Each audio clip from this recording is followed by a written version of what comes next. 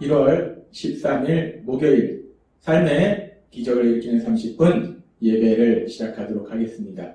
하나님께서 오늘 우리에게 주신 말씀은 사도행전 9장 32절에서 42절까지 말씀입니다. 이 말씀 제가 봉독하도록 하겠습니다.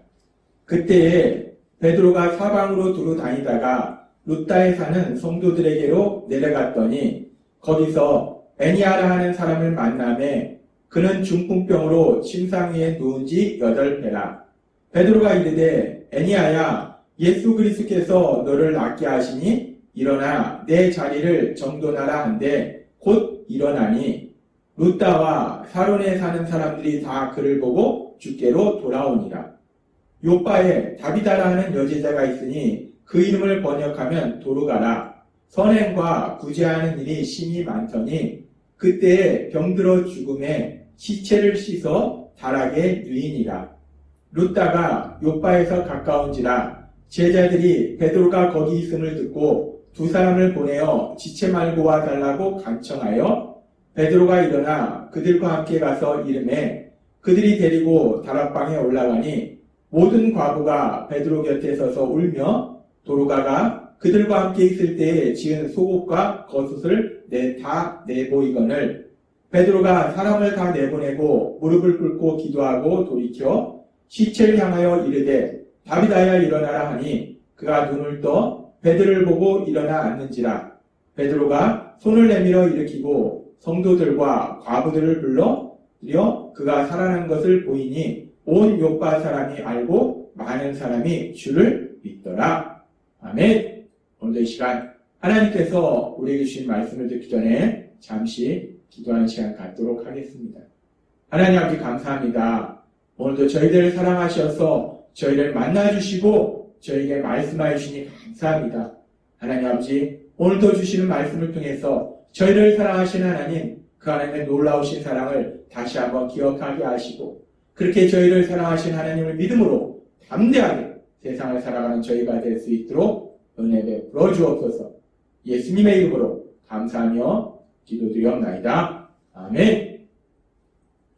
하나님께서는 어제 우리에게 사도행전 9장 32절에서 42절의 말씀을 통해서 베드로 사도가 예수님의 이름으로 구함을 통해서 중풍병자를 치료하고 더 나아가서 죽은 사람을 다시 살리는 놀라운 기적, 그 하나님이 행하시는 기적을 체험하는 것을 말씀해 주셨어요.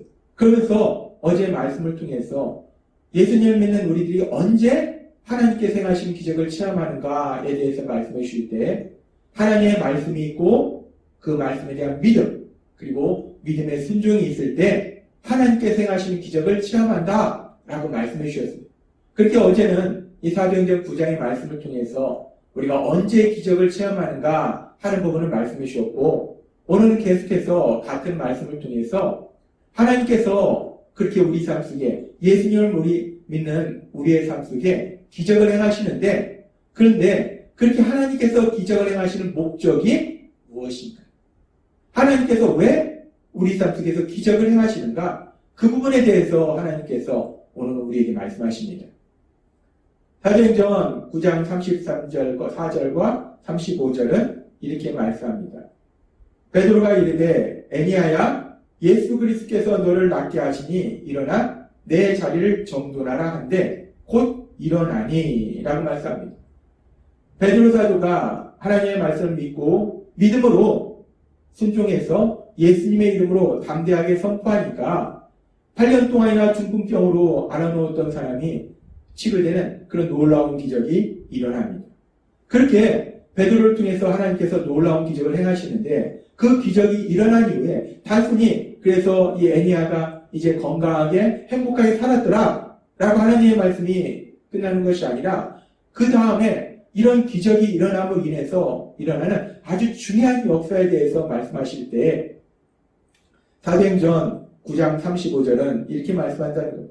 룻다와 사론에 사는 사람들이 다 그를 보고 주께로 돌아오니라 라고 말씀합니다. 단순히 기적이 일어나서 애니아라는 사람이 8년 동안이나 중풍병으로 앓다가 이제 치료돼서 건강하게 행복하게 사는 걸로 끝난 것이 아니라, 물론 애니아라는 사람이 그렇게 치료됨으로 인해서 이제 남아있는 인생을 정말 하나님께 감사하며 찬양하며 행복하게 살았을 거예요.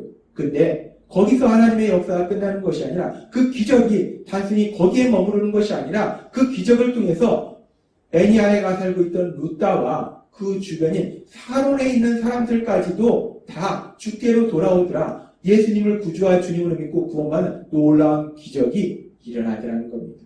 영혼 구원의 역사가 일어나더라는 거예요. 하나님 나라가 확정되는 귀한 역사들이 일어나더라는 겁니다. 그렇게 하나님의 사랑과 능력이 나타나는 하나님의 영광이 나타나더라는 겁니다. 그렇습니다. 하나님께서 지금 애니아를 치료해 주시는 그 기적을 행하신 목적이 무엇인가? 단순히 애니아라는 한 사람, 그 한 사람을 고통에서 구해 주고자 그 기적을 행하신 것이 아니라, 물론 하나님께서는 애니아라는 사람, 그 한 사람을 불쌍히 여기셔서 그 고통에서 구해 주신 것도 있지만, 그 현실의 고통에서만 구해 주신 것이 아니라 그 기적을 통해서 결국은 우리 삶의 모든 고통의 근본적인 원인인 죄, 그 죄에서 사람들을 구원하시는 영원구원의 역사, 하나님 나라 확장되는 역사, 그 역사가 일어나도록 만들어 주시라는 거예요. 따라서 우리는 이 말씀을 통해서 하나님께서 왜 기적을 행하시는가, 하나님이 기적을 행하시는 목적은 무엇인가, 다시 한번 이 말씀을 통해서 우리가 깨달을 때 결국 그 기적을 통해서 영혼구원, 죽어있는 영혼들이 죄로 인해서 영원히 고통 속에 갈 수밖에 없는 그 영혼들이 구원받는 그 영혼구원의 역사, 하나님 나라가 확장되는 역사, 그 역사를 이루고자 하나님께서 기적을 행하심을 우리가 볼 수 있다는 겁니다. 그렇게 하나님께서 기적을 행하심으로 인해서 루다 지역뿐만 아니라 사론 지역에 있는 사람들까지도 예수님을 구주와 주님을 믿고 구원받는 놀라운 기적이, 더 큰 기적이 일어납니다. 그리고 그렇게 베드로 사도가 루다에서 중풍병으로 8년 동안 고통받고 있는 애니아를 치료하는 놀라운 기적을 행하고, 이제 계속되는 말씀에서 보면 우리가 알다시피 이제 요파 지역으로 가서 이번에는 죽은 다비다, 그 죽은 다비다를 살리는 기적을 행합니다. 사도행전 9장 40절은 이렇게 말씀합니다. 베드로가 사람을 다 내보내고 무릎을 꿇고 기도하고 돌이켜 시체를 향하여 이르되 다비다야 일어나라 하니 그가 눈을 떠 베드로를 보고 일어나 앉아있는지라 라고 말씀합니다. 베드로 사도가 이번에는 죽어있는 그 다비다, 그를 위해서 하나님 앞에 간절히 기도하고 믿음으로 다비다야 일어나라 라고 선포하니까 죽은 시체가 다시 살아나는 놀라운 기적이 일어납니다. 그런데 이 말씀에서도 이런 놀라운 기적을 통해서 단순히 죽은 다비다가 다시 살아나는 그런 역사만 일어나는 것이 아니라, 이 기적 이후에 사실 더 큰 하나님의 역사가, 그 기적이 일어나는데 어떤 기적이 일어나는가? 계속되는 말씀에 보면 41절에 베드로가 손을 내밀어 일으키고 성도들과 가부들을 불러들여 그가 살아난 것을 보이니라고 말씀합니다. 이제 사람들이 죽었던 다비다가 살아난 것을 보게 돼요. 사람들이 듣게 됩니다. 그러면서 사도행전 9장 42절은 이렇게 말씀합니다. 온 요파 사람이 알고, 온 요파, 이 다비다가 살았던 그 요파에 있는 많은 사람들이 죽었던 다비다가 다시 살아나는 것을 알게 됐다는 거예요. 그러면서 어떤 역사가 일어나는가? 많은 사람이 주를 믿더라. 단순히 다비다가 죽음에서 다시 살아나는 그런 놀라운 기적이 일어난 것이 아니라, 이 기적을 통해서 어떤 하나님의 놀라운 역사가 일어나는가? 다비다가 살고 있던 그 요파 지역에 많은 사람들이 구원받는 놀라운 역사가 일어나는 겁니다. 하나님 나라가 확장되는 역사가 일어나는 거예요. 죄인을 사랑하신 하나님의 사랑, 죄인을 구원하신 하나님의 능력, 그 하나님의 사랑과 능력이 나타나는 하나님의 영광이 나타나더라는 거예요. 그렇습니다. 다비다가 다시 살아나는 기적을 통해서도 결국은 하나님 나라가 확장되는 역사, 그리고 하나님의 영광이 나타나는 그런 역사가 일어나더라는 겁니다. 하나님은 오늘 우리에게 사도행전 9장 32절에서 42절의 말씀을 통해서 베드로 사도를 통해서 하나님께서 행하신 두 가지 기적, 8년 된 중풍병자가 치료되는 기적, 죽었던 다윗아가 다시 살아나는 그 기적을 통해서 하나님께서 우리에게 말씀하실 때 모든 것을 할 수 있는 하나님, 그 하나님께서 예수님을 믿는 우리의 삶 속에 기적을 행하시는데 기적을 행하시는 그 목적이 무엇인가? 그 부분에 대해서 우리에게 다시 한번 말씀하실 때 하나님께서 그 모든 기적을 행하시는 가장 중요한 목적은 결국은 죄로 인해서 영원히 멸망받을, 영원히 고통 속에서 살 수밖에 없는 우리들을 죄에서 구원해 주시는 영원권의 역사, 하나님 나라 확장되는 역사, 그래서 그 모든 것을 통해서 하나님의 영광이 나타나는 그 역사, 그 하나님의 영광을 나타내시기 위해서 결국 기적을 행하신다라고 말씀하신다는 거예요. 기적을 통해서 물론 누군가의 삶 속에 현실의 고통에서 보이시는 그런 놀라운 역사도 일어납니다. 그리고 기적을 통해서 기적을 행하는 믿음의 사람, 그 믿음의 사람의 귀한 믿음이 또 나타나게 돼요.